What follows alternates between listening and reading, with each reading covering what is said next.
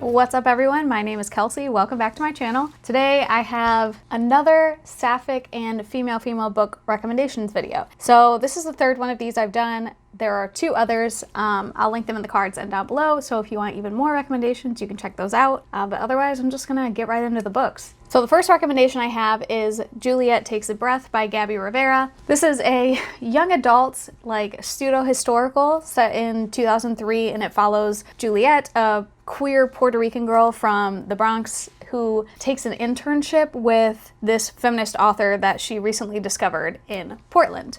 So the night that she leaves for her internship, she comes out to her family as a lesbian and it doesn't go well. And that very night, she leaves for Portland. So during her internship, she's dealing with a strained relationship with her family and sort of her mother coming to terms with her being a lesbian and also a long distance relationship with her girlfriend. She's also realizing that the internship with Harlow Brisbane is not what she expected at all. There are a bunch of things I love about this book, but really a lot of it is just Juliet learning about being queer and how it's more than just like your actual orientation, how there's a whole queer community and so many things that make you a part of it. And Juliet is learning about all these people and all of these identities and all of these different ways that queerness can manifest, and it's just really well done and really beautiful. It also addresses some things like white feminism and how it tends to leave out any kind of intersectional identities and the way that white people commodify their POC friends, I guess. And I just think it's really well done. Okay, so my next recommendation is the only physical one of these recs that I own, and it's Laura Dean Keeps Breaking Up With Me by Mariko, Tamaki, and Rosemary Valero-O'Connel. This is a young adult graphic novel. It's a contemporary setting following, shoot, I always forget her name. Freddie, I think. Yes, Freddie, who is in a relationship with Laura Dean in high school, and she's slowly coming to terms with the fact that Laura Dean is not a good girlfriend and is not good for her. So it just sort of follows her story throughout this book of this sort of on and off again relationship between her and Laura Dean and how it's affecting the rest of her life and her friendships, while also talking about some other series topics that have to do more with her friends, like coming out. And there is a subplot of a friend of hers that was in a relationship with an older man. There's sort of an implication of grooming that happened there. And the story itself is pretty simple. So the highlight of this book is the in-depth like character studies and examination of relationships. I also really love the art style in this. It's pink and grayscale and it's just really interesting. Something that I found really funny, and it's right at the beginning. Shoot, I can't find it. But there's this bit where someone gets broken up with in public by her girlfriend, and she's like, actually, this is progress. This is queer progress that I'm getting dumped in public by my girlfriend. And it was just really funny. All right, my next recommendation is Labyrinth Lost by Zoraida, Córdova. This is a young adult fantasy, sort of a portal fantasy, following Alejandra coming up on her death day. And this death day happens after a bruja in the family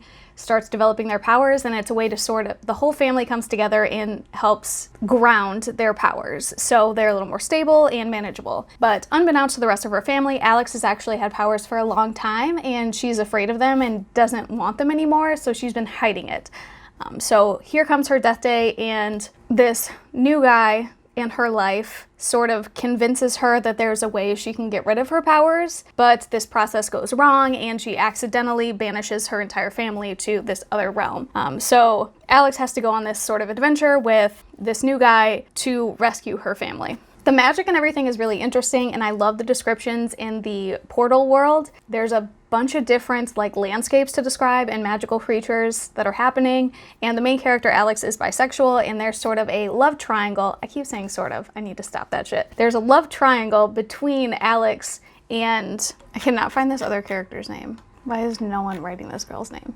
Rishi. So there's a love triangle between Alex and Nova and Alex and Rishi, and I really enjoyed that aspect of it. Sort of a take on the typical YA love triangle trope. But another great part about this book is really Alex's relationship with her family and the sort of tension that happens there, but also there's like a level of healing and understanding that slowly comes throughout the book, and I really enjoyed that. Okay, next I have This Is What It Feels Like by Rebecca Barrow. This is a young adult contemporary following 3 main perspectives, all women, who used to be friends. And this book follows them more than a year after they have stopped speaking to each other. And throughout the book, you sort of learn where the falling out came from, and you're following each of these girls as their friendship slowly heals. And the setting for this is surrounding a battle of the bands type situation. So these 3 girls were in a band, and now they have an opportunity to win a bunch of money and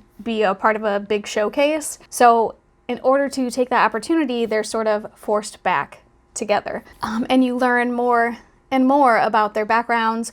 We have one character who is dealing with an alcohol addiction, and you sort of see how that manifested in her life and how it's still affecting her now. There's one girl who is a teen mom, and she's dealing with, how that perception of her is affecting her life in her sort of small community. And then there's also Jules, who is entering a new relationship, and she's where our Sapphic representation comes in, because she gets involved with another girl, and their relationship is small but growing, and I really like the way Rebecca Barrow put that together. And while this book deals with some really serious topics, it also feels very fresh and very young and very optimistic. So I definitely recommend it. All right, this is, my last recommendation, which is kind of a weird one for me because I don't normally read this genre, but it is a historical romance novella. This book is called A Little Light Mischief by Sebastian. It follows Molly, who is a lady's maid, and I'm sorry if I'm fucking up these terms because I almost never read historical, so these might be conventions that everyone knows except me, but she is a lady's maid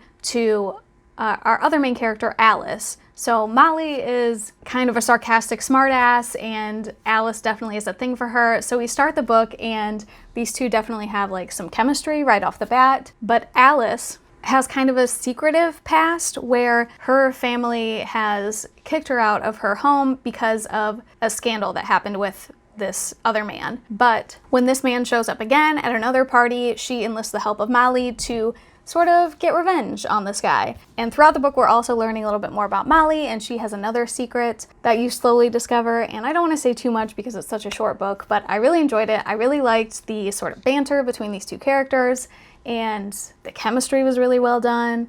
And there's not really, there's a bit of general homophobia for the era, but it's definitely not a major part of the story, and I really enjoyed that because, that's a lot of my problem with queer historical fiction, is that I'm always worried about homophobia. But this is really good, and I really liked it. All right, those are all the recommendations I have for today. If you plan to pick any of these up, let me know, or if you've read anything you want to recommend me, I'd love to hear it. Or if you've read any of these and you also love them. All right, I post book-related videos every Wednesday, so if you want to see more, subscribe. If you want to keep talking, you can find me on Twitter or Instagram at Kelsey Reads, or Goodreads at Kelsey Lynn Reads. Otherwise, I'll see you next week.